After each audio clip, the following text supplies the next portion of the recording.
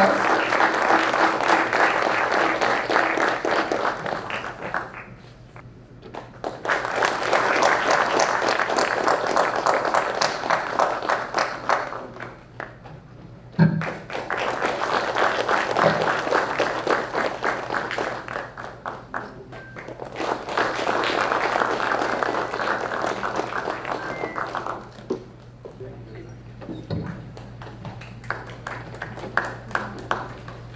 Now that this room has been full of positivity, hope, and connection, I will request our moderator to please continue with this engaging panel discussion. Over to you, sir. So after those wonderful pitch documentaries, I think it's time to deliberate further on how the power of documentaries can be leveraged by brands, by by government, and how we can unleash that. So if you look at the documentary market globally, it's about 11 billion, and it might touch 16 billion by 2030. The growth rate is around 5.3%, on an annual basis. So it's a market which is growing. It's a medium which is growing, and viewers are on the look for honest stories that stay true to the content, that stay true to the subject. And if you see major platforms, if you see major OTT platforms, they all have a very strong collection around documentaries, which talk about different narratives, different stories. At the same time, when it comes to CSR, that again is a very evolving concept when it comes to the India. And there's almost 28,000 crores that has been spent on CSR initiatives by various brands and corporates. So that again needs to be communicated. So there is a lot of good work that our corporates do. There's a lot of good initiatives around various themes that we just spoke about, that the corporates are contributing towards. But what's the communication there? What are the mediums that they are using to communicate those stories to their target audience? What are the stories that they are sharing with the people who know their brands? It's equally important. So is there a marriage in making in terms of documentaries and the work that the corporates are doing on the CSR? I think that's the theme that we'll try and explore today, as we get deeper into, because we have the representation from the government, we have some of the largest brands in India on the dais, so it will be a great discussion in my view, and I really look forward to that. So let's start the discussion with a very important topic, right? Today, building a brand with purpose is a critical element, and whatever surveys have happened, they've always said that even the Gen Z, millennials are all keen on spending on brands which demonstrate some sort of purpose and contribution to the society. So if that is the case, then how do you leverage communication as a medium to communicate to your target audience on what is the kind of work that you're doing on social initiatives, what is the kind of impact that you are having on the society? So I request Krishna to start and share her views. Thank you. I'm actually going to give you a little bit of a background before we even start talking about CSR. I think today the path to purchase is not linear. And purchasing a product does not mean anything if you don't purchase it over a set of years. So I think let's get the business facts, first. So you would trust a brand which has been in India for 100 years or more than that, and even if the brand is not something that you like, but if you have to buy, you don't mind buying it. So I think it's important to distinguish the path to purchase from really what you like in brands. Having said that, now coming to what do really millennials or Gen Zs want. I find that very strange when we talk about them as if they are them and where we. I think all of us, most of us, the discerning consumers who do read, who consume content, and then probably go and purchase or form an opinion. So for me, more than the purchase decision, it's the reputation. Do you think that a particular automobile company is a good company? or a beauty company is a responsible company. That's where our journey begins. So to your question on is there a marriage, I think there are synergies. So at L'Oreal, for example, our CSR focuses on 3 E's. It's education, empowerment for some of the filmmakers who were focusing, and environment. So we have, we do have a 2% commitment that we do, earmark year after year. And we have been doing work in a very focused manner in environment. For example, we work in our home state in a very drought-prone district in Yavatmal in Maharashtra, where we do work with an NGO, and we are responsible for restoring that particular area so that the farmers farmers benefit from that. So it's not just improvement in agricultural output, but it's also in, it has an impact on children's education, on women who don't have to walk too far. I'm going to not give you another example, it just distracts, but I think what for me was exciting was to see that when you have work that goes on in environment, do look at what are the brands doing around the, around the world, in the country, and maybe the pitching has to happen at that level. If somebody is working on an environment project in Maharashtra that impacts farmers, there's a handful of them. And then there is the set of companies that are working on environment education and and empowerment. So there is that synergy already. So as part of the research for most documentary filmmakers, I would say that do that research as well, and I think that would be helpful.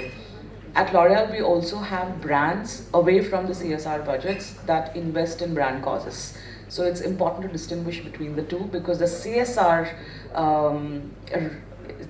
function is bound by a set of rules and regulations that we abide by.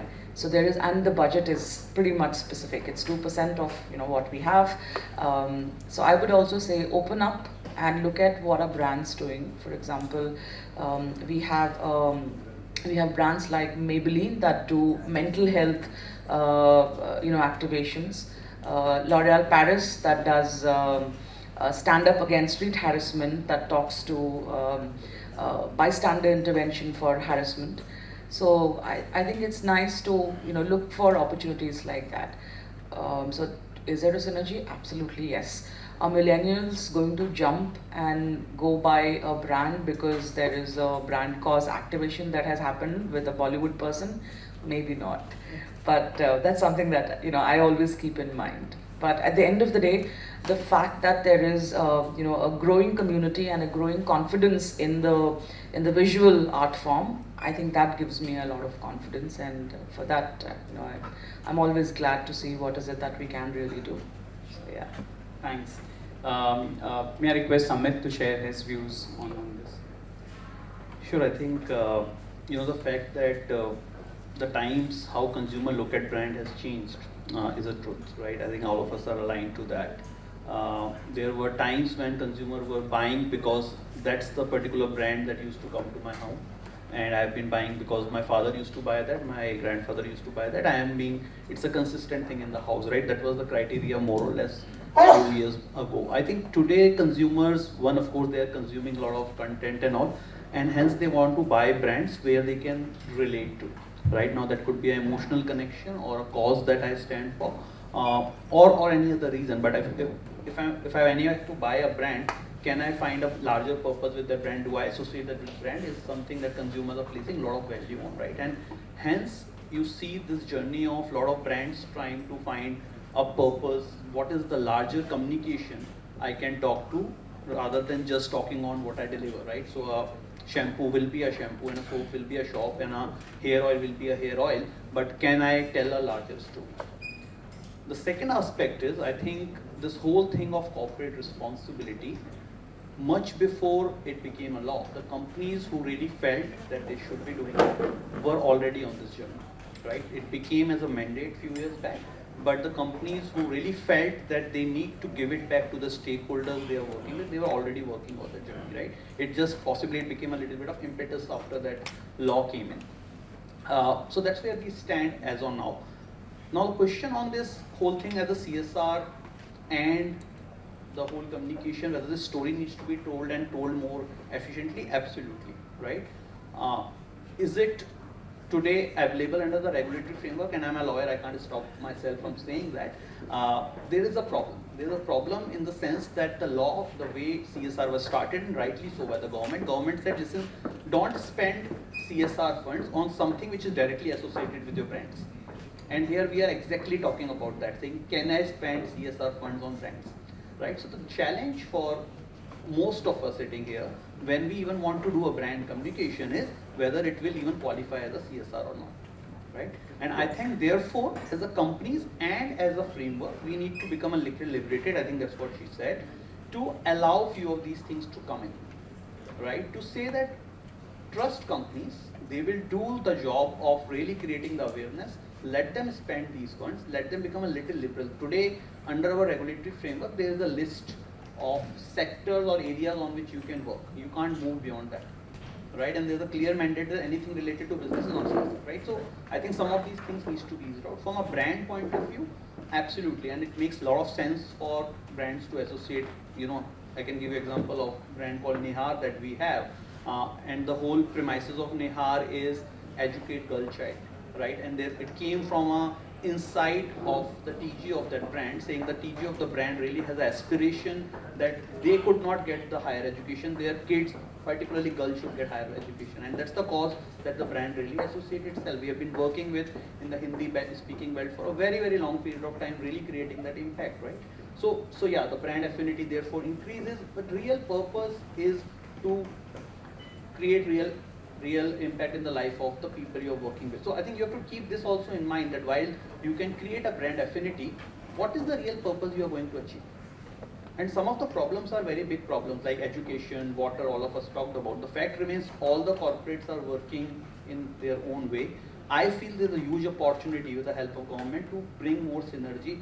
Can all of us work together on some of these bigger agendas? Can there be a collaboration of this where we can create a larger impact? And that's where, if you talk of a documentary, if one company comes with a documentary rather than all of us coming together and talking of a problem of water and then solving it in a way, I think the impact will be done. So that's our initial thoughts on this. Sure, we have a question for Prithulji on that, so we'll come to it. Prashant, your views.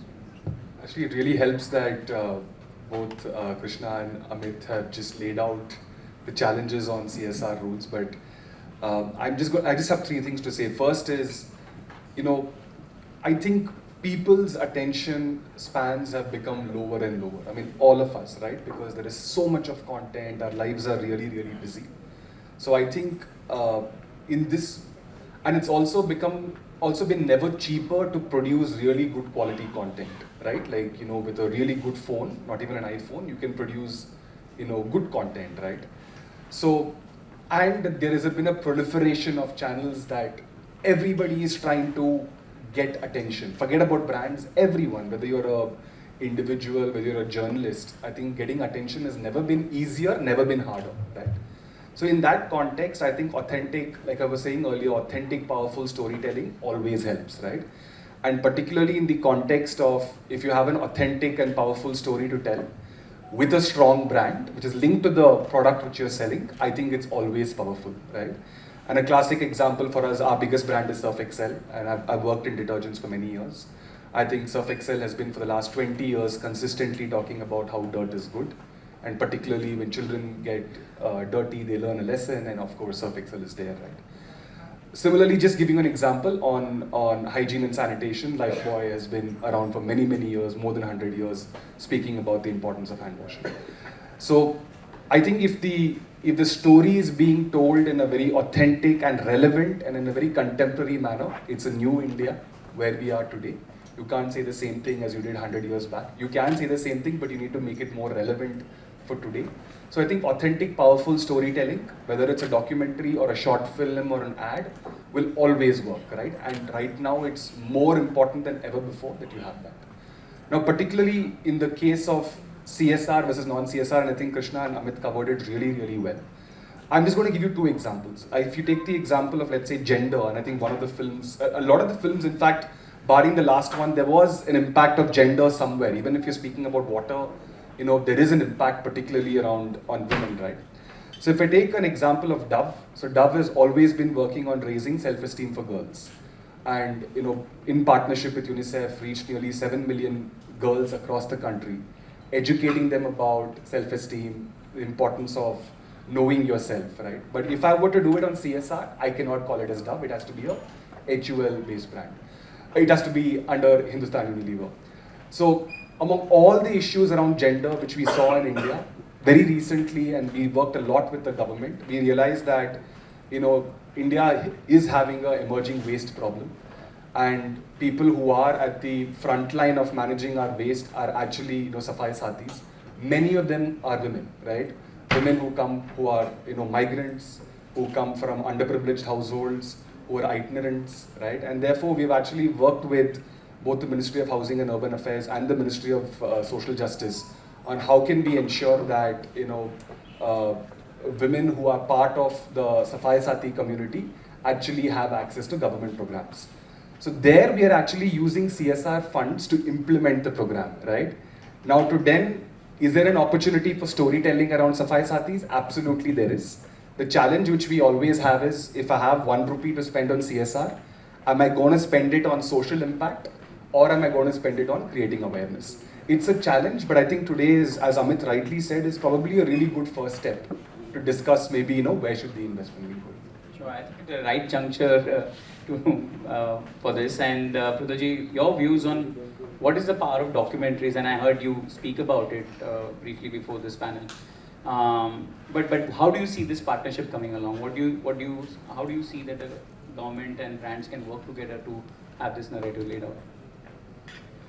First of all, this session is more from the film part of the government, wherein the emphasis as the documentary filmmakers should probably be appropriated some funding through some mechanism from the corporate, be it CSR, be it some other initiative, be it without a real intent of promotion, but there has to be a support. Maybe you don't put in your brand in the finality, but so that's how here this session is, that this sector, which is very, very difficult to fund for them, because eventually they don't release into the cinema theaters anywhere mostly, because that's where the major profits come from in the cinema industry. So this is also an industry,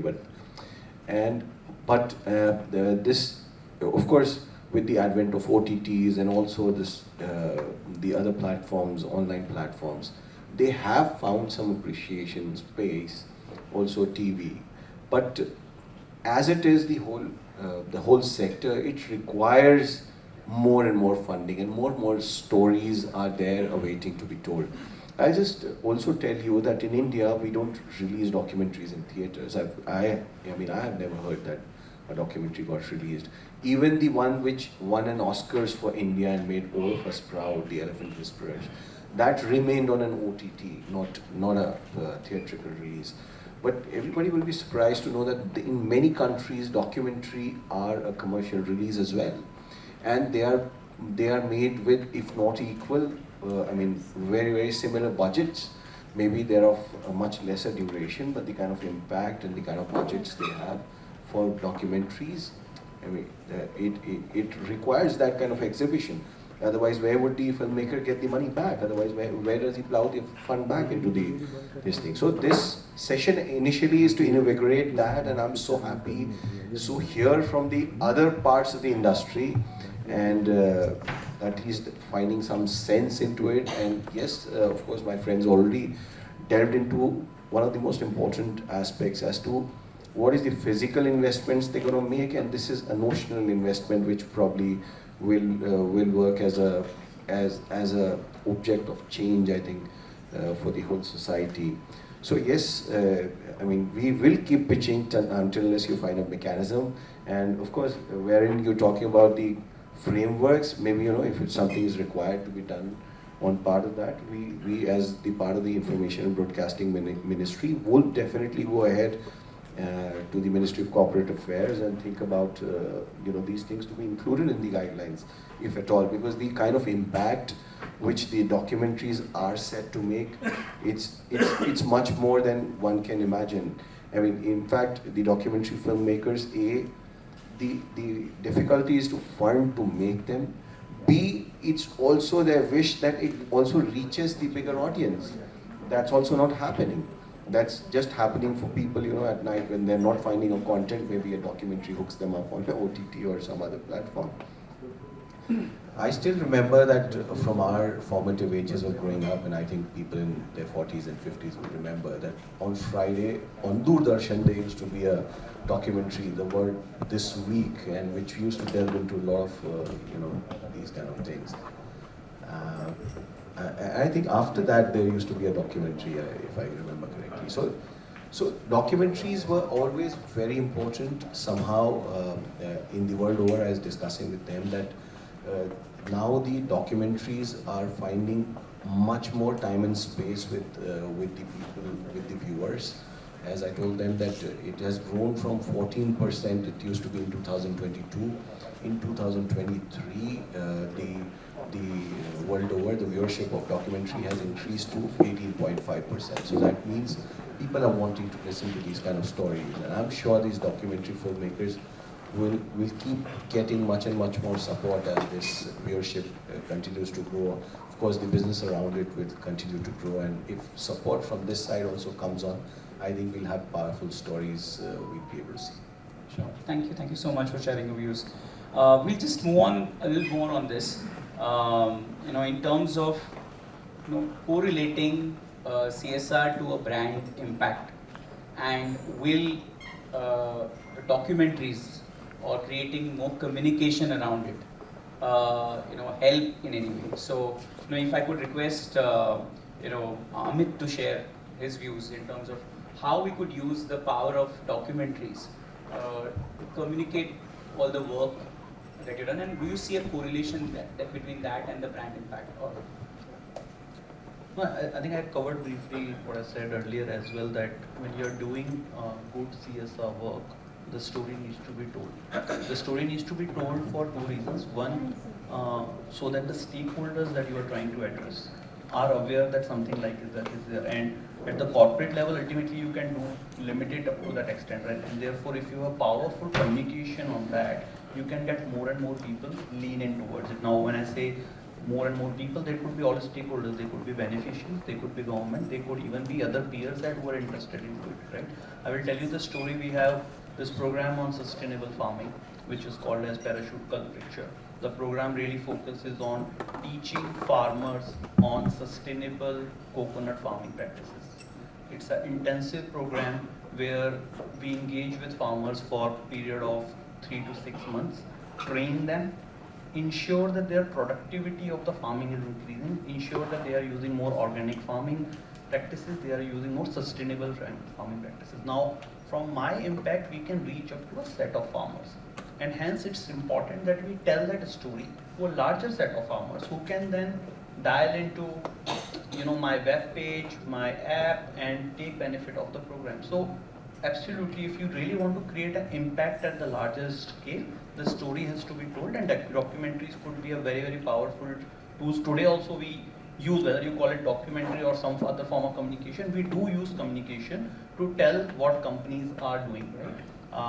As I said, we need a collaborative approach over there. You need governments to come in, tell what are the experts. You need farming colleges to come in to say what more you can do in this if you want to create a larger impact on this. So yes, there's a direct correlation, and definitely it increases the brand affinity as well on somebody who is directly then using a produce to say this company has invested right at the farming stage and has seen through the value chain and really ensured that the benefit of the brand also goes to the people who have invested into the value chain. So yeah, it's a fabulous story, and I'm sure each company will have similar stories. But coming to your point, whether documentaries can be used, the answer is absolutely yes. And yes, I still believe that a larger collaboration between all the stakeholders could help creating larger impact. Thanks. Krishna, your views on this? I think for brands and corporates that that work with a set of brands, the objective is always a little higher than an individual brand transactional kind of goal. So I would always speak, as a collective brand. And for me, I think when you look at a visual art form like documentaries, they can serve two purposes. One is they can showcase the truth, and two is they can showcase the potential. So I belong to the latter party. I think that if you showcase a good program from say Marico or from Unilever or from L'Oreal, it should inspire other people to do more. It should inspire the beneficiaries to do more. People who have been benefiting from say one CSR program. So for example, if they've benefited from a L'Oreal science scholarship, then if somebody is seeing that documentary at the right forum, like something like this, then the talkability goes, right? I think so. For me, it's really about what is the potential that a brand-supported communication can achieve. That's the direction that I'm looking at. It's really otherwise, and I'm also going to share something unpopular. We do as corporates tend to also go to the other extreme where we will make a film, will do a show, but the beneficiary count might be low or the impact might not be. So let's also kind of take responsibility for that. Not everything can be made into a film. Not everything has to be showcased. So it's really important to do the real work first. So it can't be just, okay, I've planted 2 trees, now let me make a video. Not at all. So watch out for that, and I am speaking to people who are working in film. So there is a tendency to say, "Arey, lighting बहुत अच्छी है, आंसू बस अभी टपकने ही वाला है." Let's just take that. I would say I would steer clear from a little bit of that drama and this need to maybe let me just showcase quickly. So I would say I would probably just warn the filmmakers, and also it's like a guardrail that I would try not to cross, to say let the good work happen first and show the impact, and then see how you can inspire the rest. Well, I think the essence of documentaries, the very fact has to be true, has to be human, it has to be genuine. I think they only work when that happens. Prashant, for you the question is that, and I think it's correlated to what Krishna just mentioned, that possibly a video that you put out on CSR may not get as many views as a commercial that you would put out, right, from a brand standpoint. Do you really see that there is also a need from a corporate perspective as well to promote these videos? I mean, is there a need to have a separate budget for marketing or promoting these videos? So I'm going to just give you 2 instances. I think the first instance I'm very happy to say was the first film, the first visual which came up which was on a water foundation. So here is an example of where, very similar to what Krishna said, I think we have done work over the past 20 years. We had reached a scale, and then we felt we could communicate it on national TV. So the Water Foundation of Hindustan Unilever, basically works across 10,000 villages, educates farmers on how to improve water conservation in 2 ways. One is just water saving by better utilizing their land, and number 2, rotating their crops such that very water intensive crop like cotton is followed up with something else where you can actually save water, right? So after 20 years, we are at 10,000 villages and have created water potential of about 3.2 trillion liters of water. Now, if you ask me, very few people outside HUL know this story, right? It's a CSR program. Very few people, right? So about 4 to 5 years back, we actually created a film which was talking about, this whole film about a shower in a village, right? Which then we also promoted on television, through CSR money, on television, through YouTube, and the kind of awareness it created was unbelievable. And we followed it up with a film on the importance of waste segregation, of a boy sitting inside a dustbin, about why you need to segregate waste, right?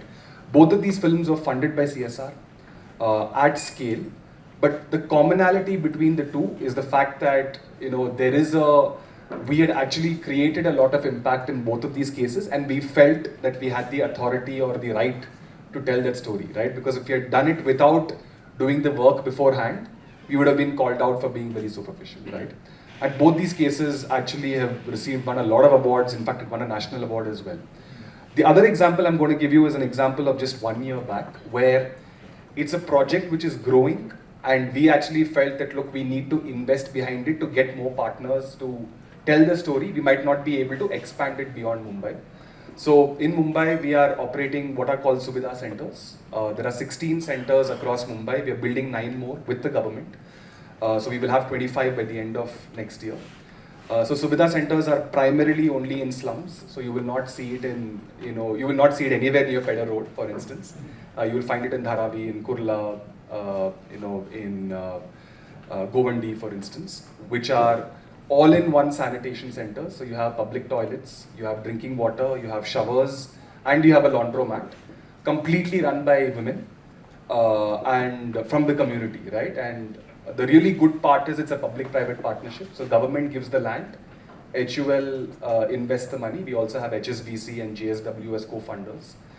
And we realized that, look, it's a great CSR project. The government is really appreciated in saying, look, can you please expand it more and more? But we realized that, look, we are not a toilet construction company, we're an FMCG company, right? And that's where we decided to make a film just to tell the story of Suvidha.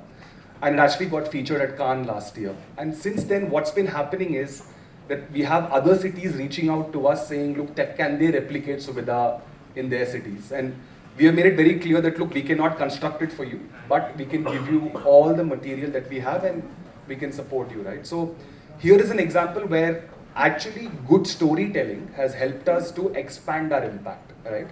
So I think these two lenses are very important. One is you might have made an impact and you feel you have the authority to tell that story. Second is, as Sir also rightly mentioned, where you want to raise awareness around a problem, right? And I don't think we should get stuck about documentary filmmaking. I think it's about good storytelling. Sometimes that storytelling could be half an hour, sometimes it could be 5 minutes, sometimes it could be even 90 seconds. But I think generally in the social impact space, I really don't think you can tell a story in 30 seconds, right? So I think a minimum of 2.5 minutes is really needed to build that context. So I think the filmmakers will be quite happy to hear that. Thanks. Well, on a lighter note, I think the budgets that some of the pitches I saw, if you reduce one commercial a year, you would end up making 20 such films.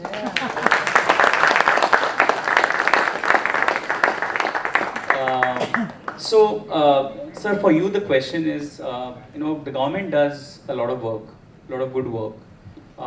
There are a lot of, communications that even the government requires in terms of promoting a particular state, promoting a particular initiative.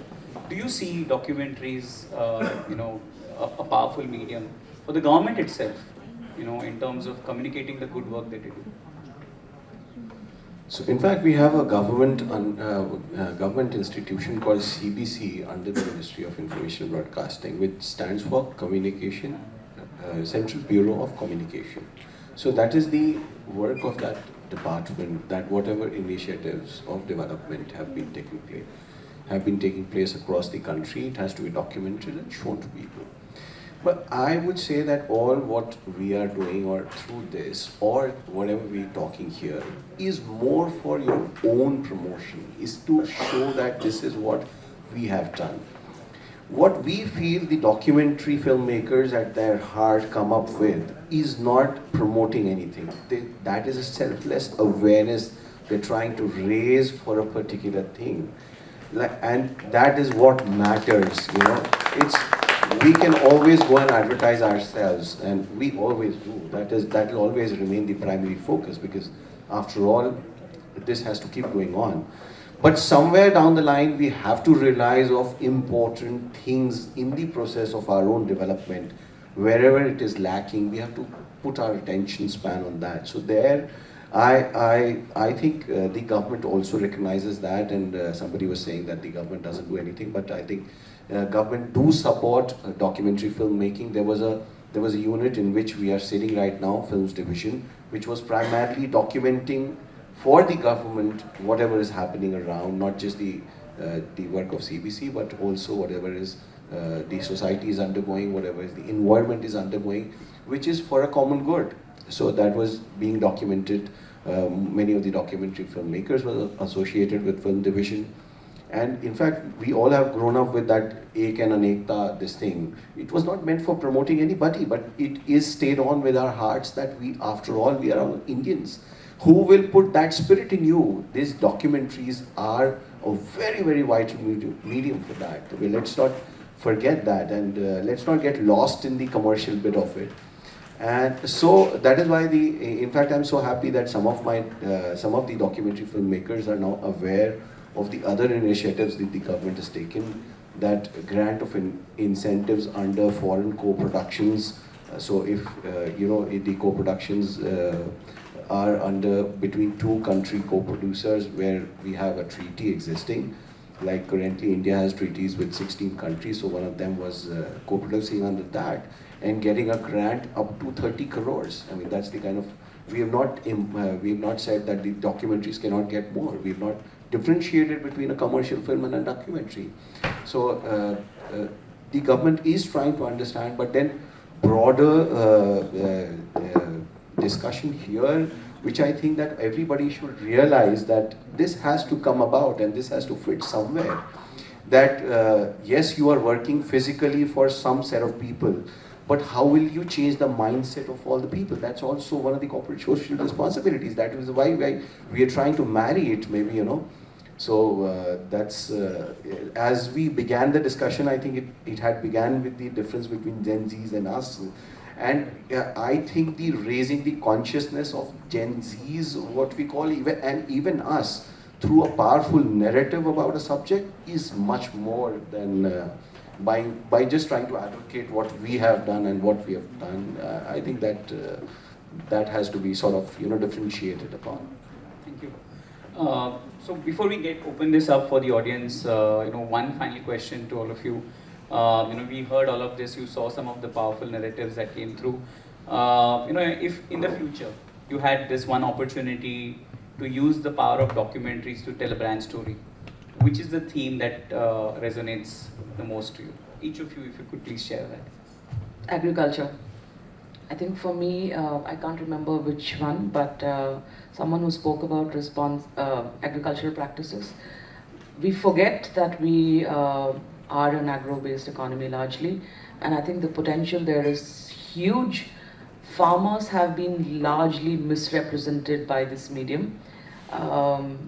Yes, there are of course some films that have been, but I feel like they've really bordered on either drama or some really non-agricultural based narratives.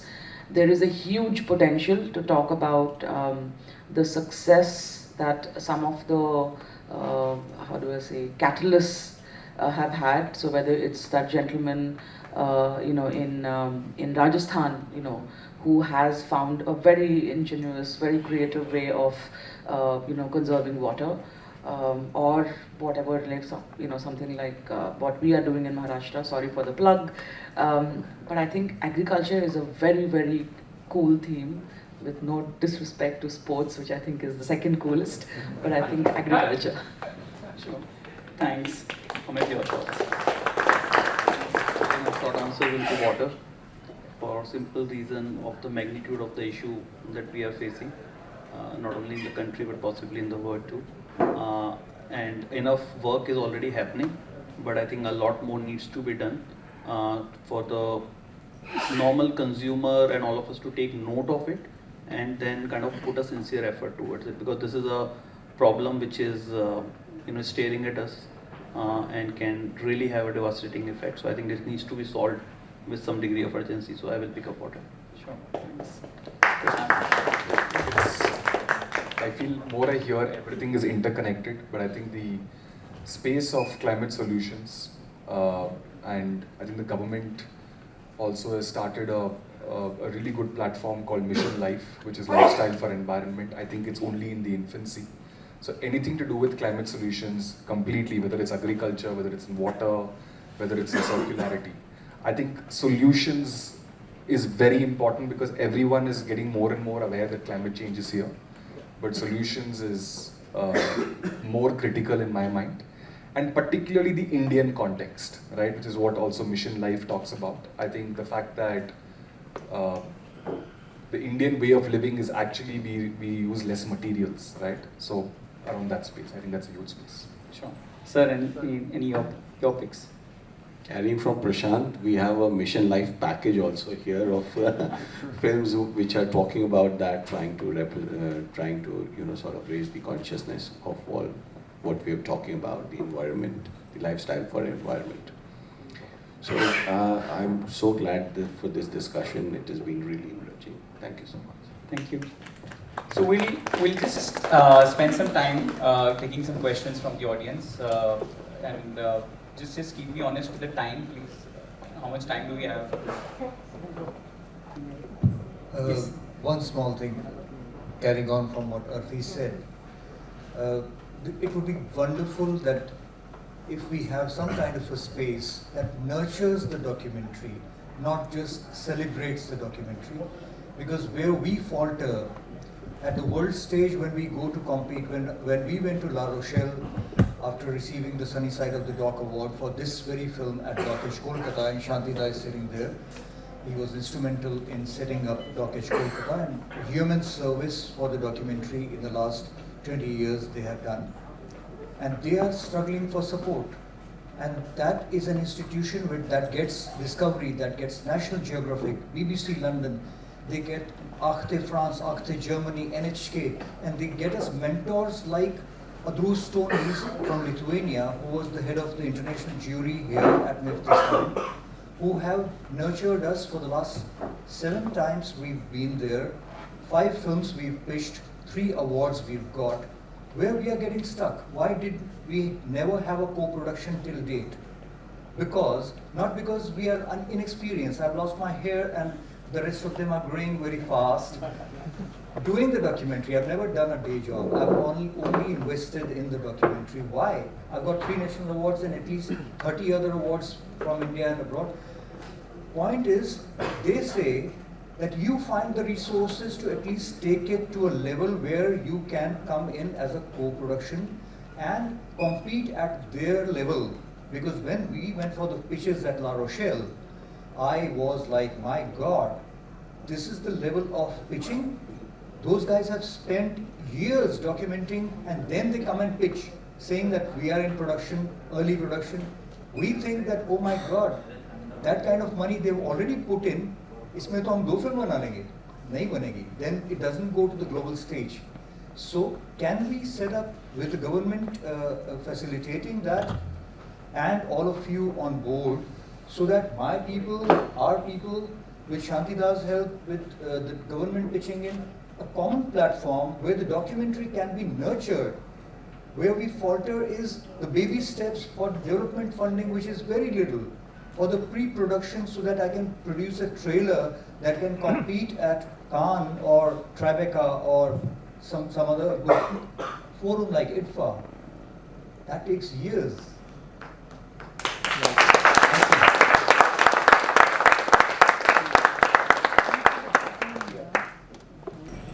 So, you just overlooked one thing. There was a talk about agro, there was environment. Let me tell you, we Indians, that's my conception. I don't care, I don't bother what others say. Shekhar Kapoor had made a film, a feature film on water. And what it stated was that for digging low grounds, going down the villages and deeper grounds, making a bottle of Coca-Cola rocks many a millions, but who cares, who bothers? OTT, everybody says, and there are many people crying that I don't have this, I don't have, my film is shown in BBC, I'm an England BBC maker, but I make films for India, seen in Delhi, but no Indian has ever watched the film in the last 10 years. I'm a filmmaker, and this, and that.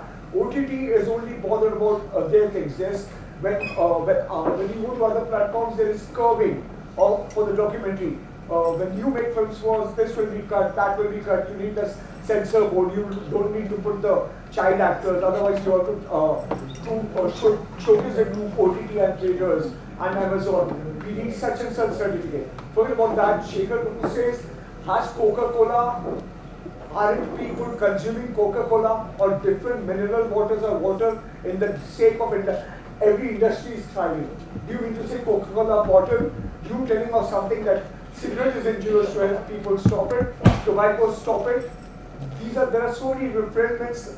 I know the society is changing, right? My factory used to produce soap powders, and then came Godrej, we were manufacturing bars. Then Vijay Mallya came with whiskies. So our manufacturing in Maharashtra got shut down. My 3 factories got shut down. Today we are on the roads.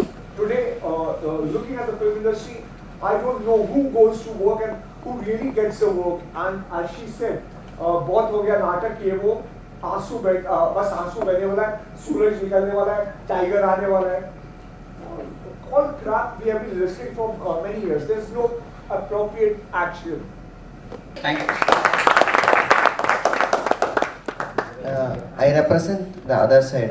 I work as a VP in an investment bank, and I've been in CSR boards.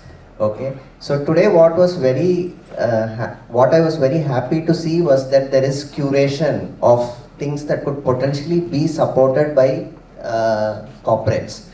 I wish we had that when I was sitting on the board. Now I'm not. Now I've become a filmmaker, but I was on corporate guy before. You know, and like typical conversation would be like, क्या करेंगे CSR fund से? अच्छा, women करना चाहिए, नहीं education करना चाहिए, conservation करना चाहिए, environment का. So E आएगा, economics, empowerment, education, sanitation, it's सब में, and we would not know which project to select, and we will get audited also. So it'd be, if we had the facility to have a curated set of projects that we can go, that the government could kind of tell that, like, see, these are the projects that we have curated. If you are interested, come and fund it.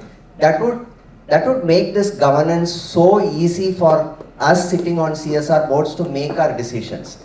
So it's a great initiative. I wish there was, the NFDC website had a /CSR fundable projects, right? Like that could connect both of it. It would solve a lot of the problems. Wonderful. Thank you. Thank you for the suggestion. Thanks.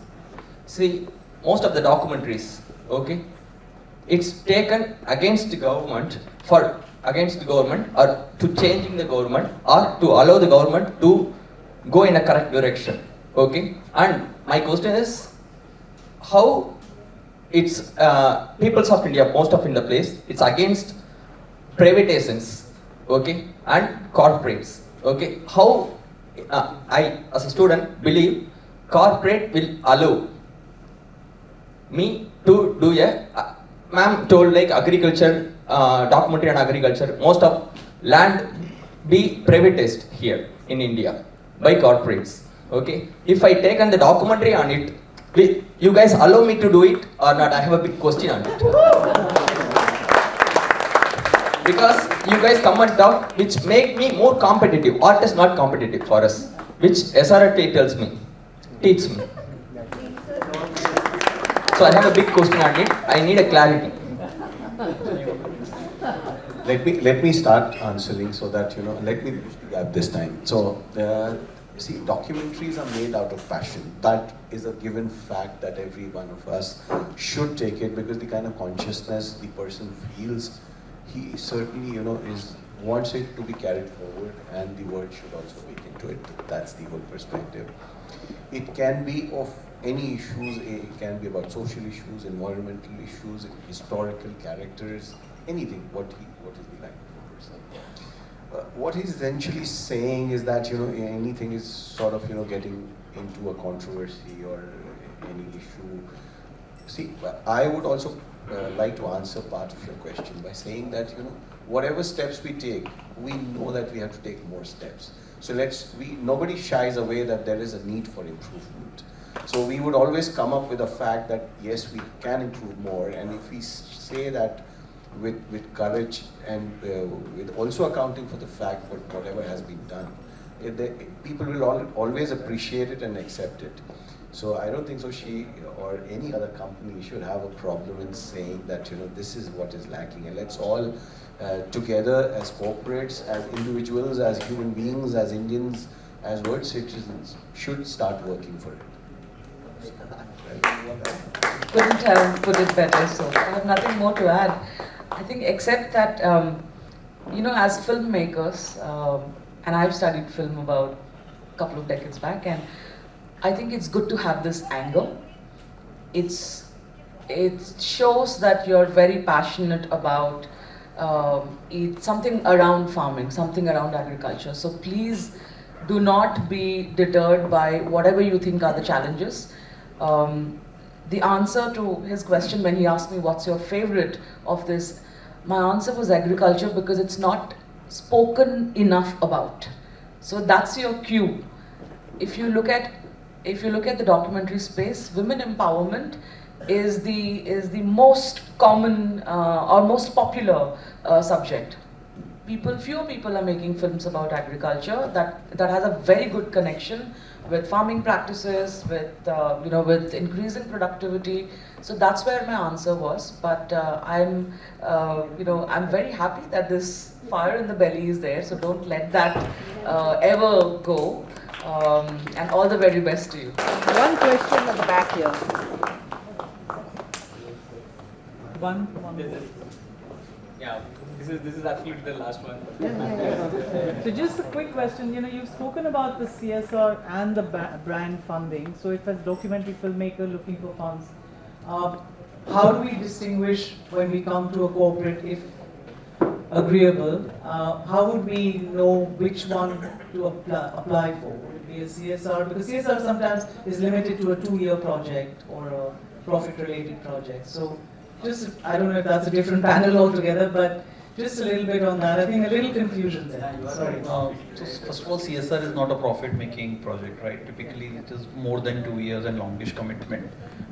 Any areas which are identified by a particular corporate, like we talked about education, we talked about water, we talked about sustainable farming, if there is an interlock there with any documentary, then certainly I think the corporate can consider it, and it can be integrated with the brand storyline.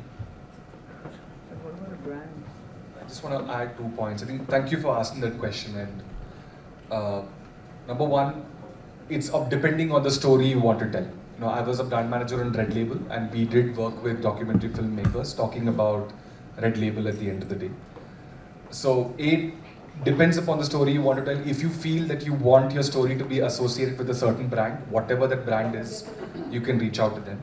As Amit rightly said, that if you feel that you would want it to be associated with the corporate and not with a particular product, then maybe reach out to CSR. But I think there is, and I think both Amit and Krishna will know this much better than me. There are 2 riders you have to just keep in mind. That any project more than 1 crore requires you to have, by the government, requires you to put out an impact report.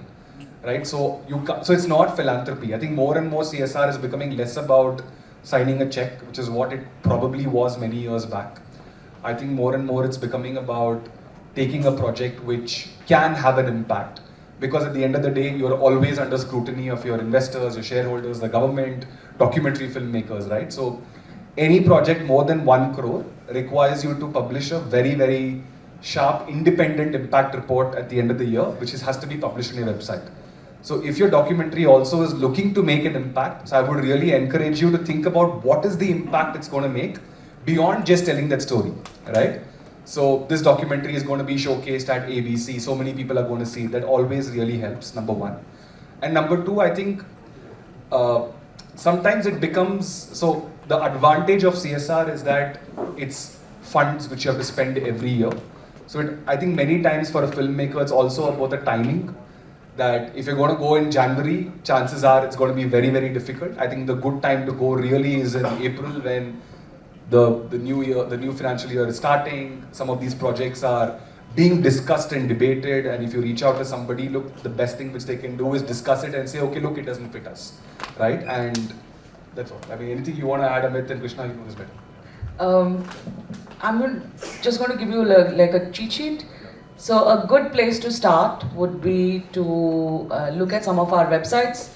Almost all big corporates today in India have a section called CSR.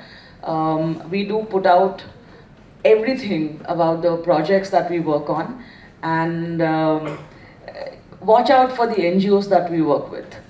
So I think that becomes a good starting point for you, because while there is a story, the impact that we're looking for, that is so far been done very well by the NGO sector. So look out for NGOs as well.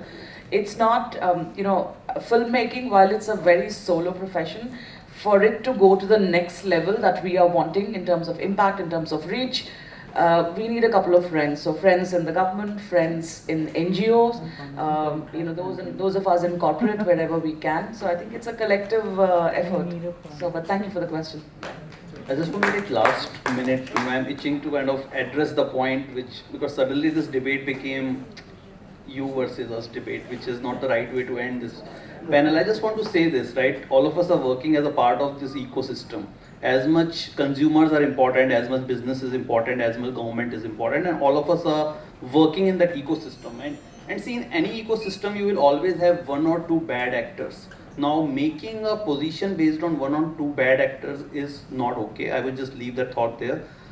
And today, corporates are very responsible, right? If you raise an issue, they are ready to take it head on, right? At least like I can say with some degree of confidence, my current employer and my previous employer, there and L'Oreal, we can say with degree of confidence that companies, if you kind of raise an issue, they are responsible to address it. Whether it will be addressed immediately, I am not saying that, but are they ready to listen? The answer is absolutely yes. So please see it as an ecosystem rather than you versus us debate. I think we can make more positive impact to the lives of people and the lives of the communities that we're working with. Ultimately, all of us are important. We are living in a democratic world. So I just wanted to say that point. Thank you. Thanks, Amit, as sir said, bridging the gap. But I think I would also like to end this on a positive note that look, conversations are important to be had. Conversations are important to have on matters which need some attention, need some action. And I think this is a great step in that. I think we should, it's kudos to the organizers, sir, and all the people involved in organizing this session, that at least we are having a debate here. And then there are some useful tips for all the filmmakers here, which they can go back and reflect upon. So all the best to everyone here. I hope you like the session, and I'm thankful to all the panel members, for sharing their views and so honestly. So it was a great learning experience for myself as well. Thank you. On that note, we would like to put an end to this enticing, engaging, and a very encouraging session. I'll just also take one more minute to thank him, because I saw this door opening and people coming in and in. Nobody went out. So all because of you and the panelists here, extremely clear views. I think it was a very, very interesting session. This was a new thought. I don't think so this kind of a thing has been there, but I'm sure your documentaries have made them to think about it in some form or the other. So I think it's the first step. Maybe they would ask something for the government to chip in for. They would also ask their peers, as they've already said that their website has something about CSR. Look it up, think about it. So I think it's a great first start, and I thank all of you here and all of you there also to be a part of it.